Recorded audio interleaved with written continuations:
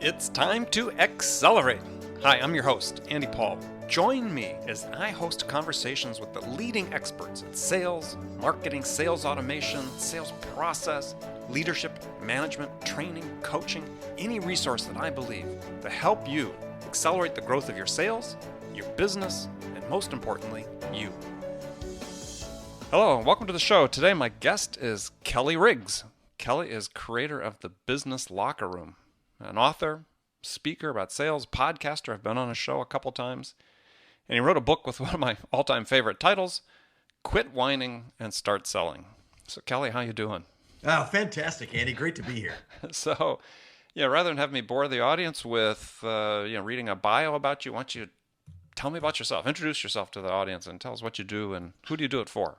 Well, I'll give you the Cliff Notes version. About 10 years ago, a little less than 10 years ago, struck out on my own as an independent. I guess the easiest word, Andy, is consultant. Yes, the dreaded word. The dreaded word, right? So, but I work in three areas. I do the same kinds of things that you do, I suspect, on the sales side, train salespeople, sales strategists, consult with sales organizations, that kind of things. I also do a lot of management leadership development. In fact, the first book I wrote was called One-on-One Management, What Every Great Manager Knows That You Don't. And I love the subtitle on that book. Yeah, kind of an interesting way to start, considering that all of my career has been in sales and as a sales executive and as a serial entrepreneur, business owner. And then I do a lot of strategic planning as well. About a year ago, we rebranded the company, as you mentioned, the Business Locker Room, because I just like the analogies. Everybody has a connection to sport in some way, shape, form, or fashion. And business is like sports. You need great leaders. You need great players. You need a great game plan. And it's a kind of game where you keep score. I mean, so there's winners and losers. And business is exactly like that. So what was your sport? I played high school and college football. Well, let me rephrase. I played high school football, and I was on the college football team. So, yeah. Where'd you go? University of Tulsa. University of Tulsa, okay. Yeah, so I had the opportunity to play there, and it's a school that, as you go back a little ways, has a pretty storied history. Yeah. Largent played there. Jim Rome played there. I mean, some really great players played there. And back in the 60s, it was very prolific offensively. Well, they still are. Don't they play a wide open offense? Yeah, they really do. They've had some good years in the past several, not so much last year, but recently, yeah, they've done well. Very good. So you're Oklahoman. Yes. All right. So how'd you get your start in sales? Interestingly enough, I left that college career. Actually, I left a bit early. I decided that I was in school to be an engineer, Andy, and engineering and I didn't get along very well. I didn't have that kind of patience. So I decided that I wanted to marry my high school sweetheart, and we got married. And I left school, dropped out of school, and got a sales job. You can only imagine what my parents were thinking at that time. Well, what was the sales job? I started working in the office machines business back when you sold Copiers. copy machines and Right. things like that. Absolutely, early 80s, and it was a commercial enterprise. I mean, it was business to business, and we were selling a machine back in that day that did 12 copies a minute, and Whoa. we were getting $2,500 for that piece of equipment. I mean, that's how far back technology goes. We had a bigger machine that did 28 copies a minute, something like that. You know, it was $4,000 or $5,000. So nowadays you can buy a piece of equipment that will make your coffee and do your laundry and all your printing and scanning and everything, and you can get it down at Walmart for $150. Well, exactly. So were you like me? I mean, I started my career, get in my car, drive to a business park the car, go door to door to door to door, prospecting. How about you? Yeah, very similar. I mean, we had lead cards that were just generic, like, from some business organization that listed the decision maker and the addresses and those kinds of things. But we looked for a certain kind of business. We didn't filter much, but, you were looking for a certain type of business, and you just went out and made calls. The one big difference between what I see today and what I did then is my boss would not let me out the door to see a customer until I could demonstrate proficiency in doing a presentation with that product. I had to be able to handle objections, ask the right questions, the whole deal. And after he gave me his blessing, then I could go make calls. And then he would never let you stay in the office. No, exactly. Don't come back without an order. Oh, gosh. We could get into those stories. I had those days, but especially at the end of a quarter where the branch manager needed to meet his bonus number. Yeah, I'd go stand at the customer's car in his parking lot because he'd already thrown me out of his office, and I'd wait there, and he'd come out at 5:30, and there I'd be standing. It's like, you don't understand. I can't go back until I come with an order. Yeah, let me tell you, the choice here is easy. I can confront you in the parking lot, or I can go back and see the boss. That's not a Yeah, tough decision. yeah, you were much easier. So, so what have you seen in terms of the big changes? And yeah, obviously some of these are pretty obvious, but in terms of the person to person interaction part of it, and you'd sort of alluded to as maybe less proficiency perhaps on the part of some frontline salespeople these days in the products. But what are the major changes you're seeing? Well, the major changes I'm saying, you're right. The big ones are obvious. Technology has changed. A lot of things have changed from 2 decades to almost 3 decades ago now. But I'll tell you, the big changes are that it seems that there's less emphasis on interpersonal skills. There's less emphasis on what you do in the presentation, the sales presentation. It's more about what we do in terms of social media and awareness and research online and using LinkedIn and tools like that. And I frankly, I think in many ways, salespeople have gotten a tad bit lazy. In my view, no matter how much technology there is out there, how much social media has impacted the space, selling is still something that's done one-on-one. And it's something, I mean, maybe one on many, but there still has to be a relationship built. It's odd that, Andy, salespeople will still tell me today, sales is all about relationships, but I'm not really sure they understand what that means. Mm-hmm. To them, a relationship is, we text on a regular basis. Well, I'm not sure that qualifies.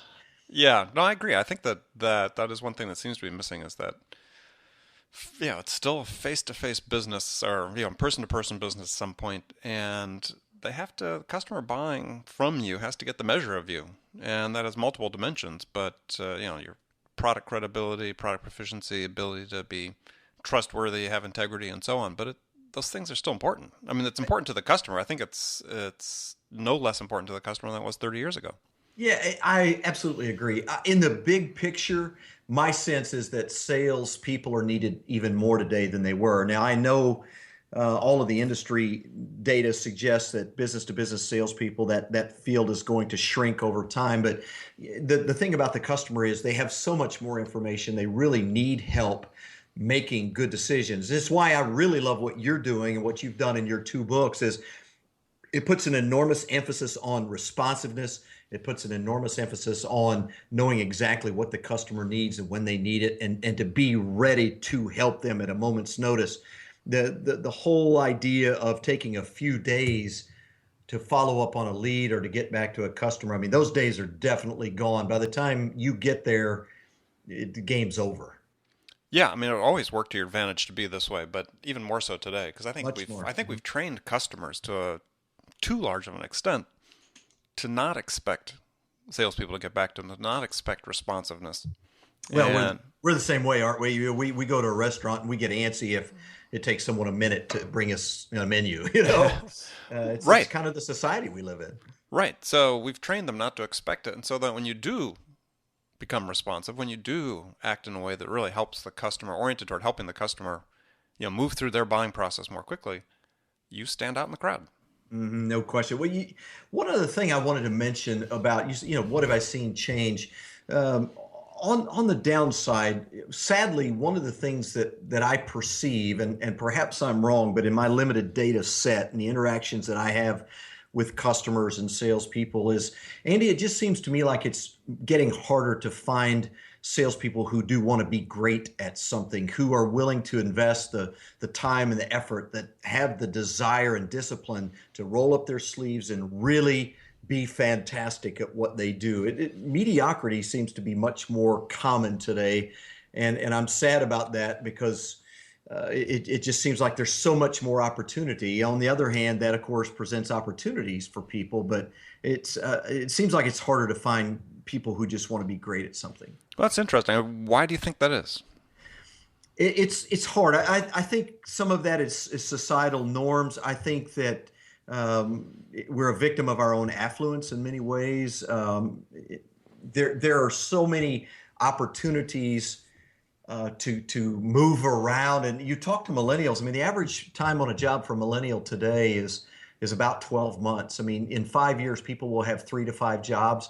And back in the day when we were hiring, if you didn't come from a job and you hadn't been there for 3, 4, 5 years or more, we thought you were a slacker. We just figured you couldn't keep a job. Now people will move automatically if they don't get what they want.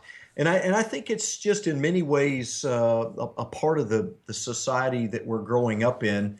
And I hate to be cliche, but I think in some ways it goes back to in school everybody gets a medal, and some of that is generalization and cliche, but it's that way because it's true in a lot of cases. And so it's just harder to find people who have had to fail, who've had to overcome adversity, who've encountered obstacles.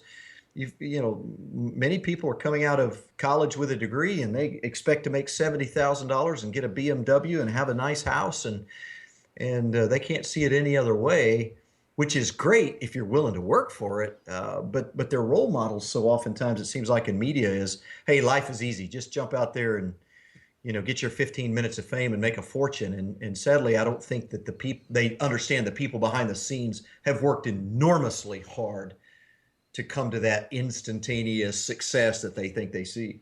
Yeah, well, I think you hit an interesting point, though, because I sort of have a different view of millennials. I know that people sort of paint them with a broad brush, but I've got a son who's definitely a millennial, starting his career just a few years into his career, and I'm not sure I've ever seen a generation as motivated as, well, certainly the people he's with, and he's not the only one. And through my work with clients, I see a lot of, I think, to me, the problem is not the generation as much as you sort of touched on, the role model, but I see it as sort of the role model in the business space, right? In the workplace, that they, Yes. the way I learned is when I first started sales, I looked at the most successful person in the group, and both my sales manager and the most successful sales guy in my office, and I modeled myself after them. Mm-hmm. And I think it's that next layer up that's really the issue, is that, and we hear this all the time in sales, is that managers aren't coaching, right? Mm-hmm. In fact, I've seen sales managers that hire coaches to coach their salespeople. Right. And I'm like, okay, well, what's your job if you're a manager but to coach them, right? You for, right? We should actually be calling you a sales coach, and you hire somebody to do your management tasks. And so I think it's really there. I think our problem is, or the problem that exists perhaps in sales with the new generation coming in, is who are they looking up to within the organization that they can model their behaviors on? Because I think they really want to succeed. I don't see any difference between this generation and previous. It's just maybe they just don't have the role models within the workplace. Yeah, I'm spot on, Andy. I 100% agree with that. I think that people come into a culture, a company, a family, a society, whatever, and they're going to learn from what's around them. And it was absolutely quite a bit more common as a young guy to see mentoring and training and required coaching. And I really do think it's not a younger generation issue, as you've suggested. I think it's an older generation issue, and I think we've gotten stale and lazy, and I don't know what our motivations are, right. But I'm with you. I've got 3 millennials as kids, and my oldest son, we've had this conversation many times. He's doing quite well in business, but he'll tell you right up front, hey, I had good role models. You and mom and the people that I was around, I learned the value of hard work and excellence and those kinds of things. I think you're on top of it. Yeah, and I think that's sort of an issue we need to look at, generally as sales thought leaders and so on, and certainly what I try to focus on some is, when I get back and talk about the basics and the fundamentals, is, those are timeless. Focus on those, and everybody needs to. The managers, the leaders, we can get wound up in complex sales processes and methodologies, but if you're going to have people work for you, you got to coach them.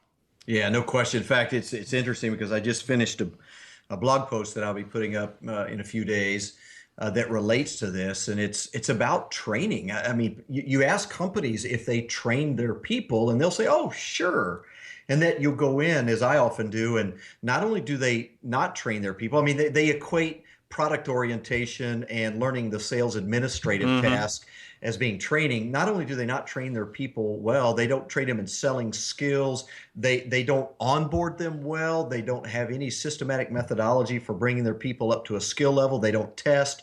On and on and on it goes. And I think that's the inherent weakness now that exists. Yeah, and there's no development process, that says, okay, because again, when we got hired, you and I, probably roughly the same generation, the big companies were sweeping up lots of college graduates every year, right? And we all Yes. got funneled into these very formal training programs. Within my first year, I was away from home 8 weeks in a training center run by the company. How Right. to sell, how to learn, learning the product, and this was, selling computer products. But, half of that was learning how to sell, the other half was the product. I mean, it was pretty intense. So I said one was 2 weeks and one was 6 weeks. So we were sequestered away for a long time. You don't see that much anymore. No, not. I think it exists at the Fortune 500 level. Below that, when you get into small and medium sized businesses, it's apparently almost non-existent. Yeah, well, that's unfortunate because that's then the importance of the role modeling within the organization is because when I worked for a number of venture funded startups in the tech space, I'd model my selling. I wanted to go on sales calls with the CEO and the founder Right. because they had the passion, they knew the product, they knew what they were trying to sell, they had that vision for what that solution was going to be that was going to make a difference to the customer. I wanted to go on sales calls with that person because that's how I was going to learn how to sell the product. Yeah, agreed. And today it's almost well, most people, most small companies in particular, their sales strategy is to quote hire born salespeople. And their frequent concern is that well, I'm just not sure this guy's a salesperson. Right. So they kind of leave themselves open to circumstance and to happenstance. I mean, maybe we get lucky and maybe we don't, but clearly the really good people out there are not going to go work there anyway. Mm-hmm. I mean, they're looking for opportunity to grow, develop, increase their skills, make more money, have a career path. And sadly, for many of the smaller companies, they don't make those kinds of things available. Right. They don't have that mentor. So I'm going to give you a question to think about. We're going to take a break in a second. I'm going to give you a question to think about during the break, and we'll come back Okay, afterwards, and you're going you to bet. answer it. So the question is, you're a manager, you're new to a company, they brought you in to make a difference with their sales team. What would you do in the first week? What two things would you do in the first week that could have the biggest impact? All right. All right, so stay with us. After the break, as Kelly Riggs is going to share with us his secrets for quickly amping up your sales, and we'll be right back. Hi, this is Andy. Connect and Sell is used by sales reps at nearly 1,000 companies, including hundreds of technology startups and several Fortune 500 companies, to overcome the challenges of getting prospects on the phone. Companies using Connect and Sell grow their revenues faster by enabling their sales reps to have more sales conversations in 90 minutes than they could otherwise achieve in an entire week. Connect and Sell can be deployed directly to your sales reps, or you can take advantage of their outbound on-demand service, which delivers qualified prospect meetings scheduled directly on your sales reps' calendars. Visit connectandsell.com to learn more about how Connect and Sell can start filling your pipeline today. Welcome back. My guest today is Kelly Riggs. You can catch Kelly online at thebizlockerroom.com. Great podcast, blogs, pick up his books. We're going to talk about one of those books here in a second. So you talked about your book before, One-on-One Management. And the subtitle is What Every Good Manager Knows That You Don't. So tell me, what don't I know? That is a great question. I think what most managers don't realize is that what got them promoted is not the skills that they need to use and utilize in a managerial role. Think about why we promote people. Salespeople are a great example. You may have been one. I certainly was. I was the National Salesperson of the Year for 2 years in a row. They said, great, you want to be a manager? I said, sure. And sadly, I thought they promoted me because I was great at selling. And they did. However, what they wanted me to do is to teach other people how to be great at selling, not do it for them. So we promote people into management leadership positions and don't realize that it's a completely different set of skills, and that learning to engage your employees is the critical part of what you will do. And if you're not good at that, if you're not good at leadership skills, which are, by the way, like selling skills, they can be learned by anyone, then you're going to struggle. And unfortunately, what will happen, Andy, over a short period of time is we'll go from the employee who just wished his or her manager would let them do their jobs. I have so much to offer. Please just get out of my way and give me an opportunity. Shortly after becoming a manager, we're saying the same kinds of things. The other manager is saying, it's just hard to find good people these days. And it's just a transition to a different skill set that never happens. So when you were promoted, Mm-hmm. what was sort of the first big lesson you picked up on that you had to learn about management? Well, that was easy. I didn't know anything about how to hire. The first two or three people I hired were just abysmal choices. Of course, I thought they were great because they looked and sounded like me. Mm-hmm. And I was looking for people like me because clearly, if you want to be successful, and I've already You demonstrated had to be like Kelly. got to be like me. And so the first two or three I hired were just train wrecks. And I realized that I didn't know anything about hiring, and I made it my goal in life to learn everything I could about how to hire because I realized I was just terrible at it. Mm-hmm. And so that was the one big lesson I learned is that if you're going to add people to your team, you need to know a little bit about that. Yeah, yeah, I've got horror stories of my own in that regard. Um, Actually, one my favorite story is one that I didn't hire the person, but I inherited them when another sales manager left, and this salesperson was having some real difficulties, and extremely well dressed, presented beautifully. Sort of what you're talking about, people that sort of looked like me. Um, but there's something that just wasn't right about him, and I go to the branch manager who had signed off on the hire with the other sales manager hired. I said, "So, did you ever check references on this person?" He said, "Well, we did, but we got a letter back saying that they couldn't release this person's transcript because they hadn't paid off their student loans."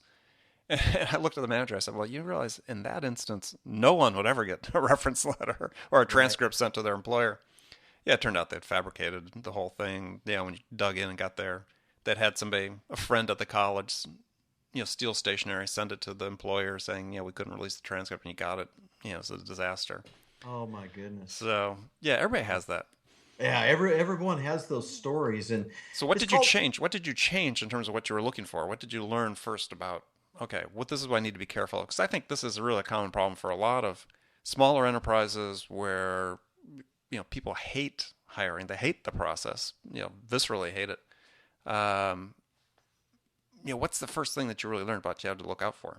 Well, I learned that what I experienced is what they call halo effect. And once someone connected with me at a personal level, then I would tend to see anything they did, as if they had a halo on. I mean, they really Mm-hmm. could do nothing wrong. And what I realized is that hiring a resume does not make any sense.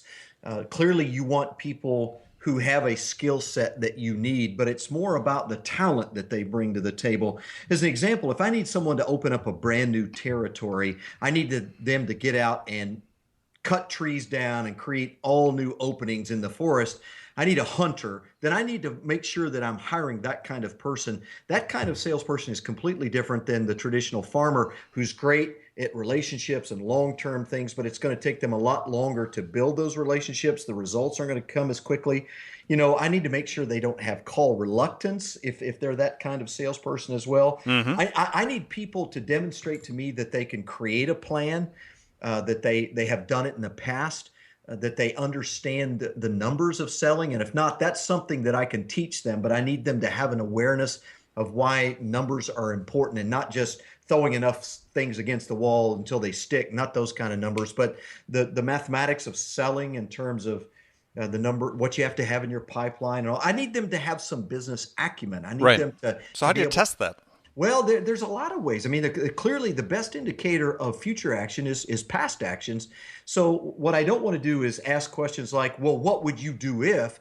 What I want to do is, look, tell me about a time that you did X or you didn't do X. So, I want to put them on the spot. I don't want to say, tell me about your weaknesses. I want to say, tell me about a time that you had a big opportunity and you just lost it. I mean, it went south. You didn't get it. Tell me about what happened. Tell me how you handled it. Mm-hmm. I'm going. This is where the psychology of selling and interviewing is really important because you're asking people something that's off base that they probably didn't anticipate, and they're going to need to think on their feet. And I'm looking for details. I'm looking for visceral reactions to this. I'm looking for real reactions and not the kind of made up answers that people practice. And the idea is that if you've done this in the past or you have failed at it in the past, I don't care about past failure, Andy. What I care about is what did they learn from it? And then I can do like you're doing here. Tell me how you took those lessons and turned it into something more productive. Mm-hmm. I'm going to drill down on their numbers and their objectives, how they built their plans, how did if you say you grew your territory by 25% year over year. Tell me how you did that. Well, I just got out and worked harder. That's not going to work for me. You're gonna need to show me a semblance of a business mind, that you know what it takes to purposely grow a territory, that you identified certain areas, certain products, certain sectors that you grew, that you increased your existing account base a certain percentage, and you added new accounts, and here's how you went about the process. Mm-hmm. There are a whole lot of insightful questions that you can ask. Sadly, most interviews are just resume reviews. Most sales managers say, "Oh, so I see you graduated from Ohio State, yeah, and you were in business. Tell me a little bit about that. How were your grades? Yep. Yep. And so, your first job out was this. Tell me about your responsibilities. How was that? And so we just do a resume review, and we ask a couple of the standard questions like, well, what are your strengths, and what would people say about you, and what are you looking for, and what motivates you? And anybody worth anything can float their way through an interview like that and get hired. Oh, exactly. Yeah, I think, and I love the comment you made about the halo effect, because to me that's one of the real issues. Is managers fall in love with these guys based on really superficial, or guys or girls based on superficial qualities, right? No And question. and one of the things I'm a big advocate for is if you found somebody that maybe brought back for the second interview, is maybe before the second interview, before you invest the time in doing your reference checks then, right? Do your reference checks before you fall in love with these people. Agreed. Because once you fall in love with somebody, quote unquote, fall in love with somebody, then you're just going to use reference checks as a way of sort of confirming what you want to hear, as opposed to really trying to find something that gives you a reason why you shouldn't hire them. Well, I tell you another thing that I do that is old school. There's no question about it. I learned it as a young man, but one of the first jobs that I got in sales, my boss took me through all the interview paces and did a good job. And then he set up a role play scenario and said, I'm going to have you sell me this product. I'm going to give you the details of who you are, who you're calling Mm-hmm. on, what your product looks like, and your objective is to do X. Right. And so he left the room for 5 minutes and came back and said, Mr. Riggs, it is nice to meet you. I am Tom, and why are you here? And so I had to think on my feet. And what I didn't know then that I found out later was that he wanted to see, if I was articulate, could I think on my feet? Could I transfer business concepts in a good way? Mm-hmm. But he also wanted to see if I would try to close a sale. And if I did and he resisted, how hard would I go at it? And, I tried to close him, I think, 3 or 4 times. And then he called time and he said, really nice job. He said, here's the thing. You are not ever going to close me. I'm not going to allow it. What I want to know is how far will you go before you run out of gas? I'm going to go stand by your car in the parking lot. So I think that's a great exercise for people. I've known people who have done it in the past. I know some people that say, "Oh, I don't do that. That's crazy. It doesn't work." But I will assure you, you find out a lot about people Absolutely. when you put them on the spot and ask them to perform. Well, I think you really bring up a critical point, and it's something that I stress in my writing and work with clients, is that if there's important qualities or characteristics that a new hire needs, you need to test them to make sure they have them. Absolutely. And yeah, I do something similar to what you did with a client. He was really surprised when I suggested this. Is he was hiring a director of sales, and the director of sales was managing a group and also going to carry a bag for part of a territory. So I had to be able to make presentations and be relatively self-sufficient. So I said, well, here's what we're going to do. We're going to put candidates in a room with a laptop and a data sheet for one of your products and say, 10 minutes, put together a 3-slide PowerPoint presentation about this product and present it to us when we come back in. And we brought in, 15 candidates, maybe a little bit more. Right. And all but 5 walked before doing it. Wow. And I thought, okay, well, self-selection, right? But obviously they were concerned about their ability to perform, and he hired somebody that turned out to be pretty good and could do the job just like he wanted. So yeah, testing and verification, really important. All right, so that's great conversation. So I'm going to wrap this up in a few minutes. We're going to ask some rapid fire questions. Give me brief, concise answers. So what's the most powerful sales tool in your arsenal? Oh, wow. That's what a question that is. I would say the most powerful sales tool. It really depends. It depends if I'm trying to get more of a marketing tool. Obviously, if you're talking about attraction and awareness, I think it has to be your presence on the internet. I mean, you have to be seen, and Mm-hmm. you have to create credibility. To me, a salesperson has to have credibility or they're going nowhere. And in this day and age, every customer, almost without exception, knows more about you than you can ever imagine before you walk in the door. Exactly. And if you don't have a presence and if you're not a thought leader, then I think you're behind the curve. So I would suggest to you that one of the most powerful sales to you have at your disposal is your credibility, and it should precede you into the room. Right. Who's your sales role model? I would probably pick a couple of different people. One of the people may or may not surprise you, but one of my sales role models is a guy by the name of Zig Ziglar. Mm-hmm. I grew up with Zig, Sure. and it wasn't just that he was a great speaker and all that. I loved his character. I loved his approach. I loved that he was about serving others and helping others. Of course, one of his most famous quotes is, "You can get everything you want in life if you help enough other people get what they want in life." Right. And in terms of being an actual role model, I would say probably him. Perfect. So what's the one sales book that or not even sales book, what's the one book every salesperson should read?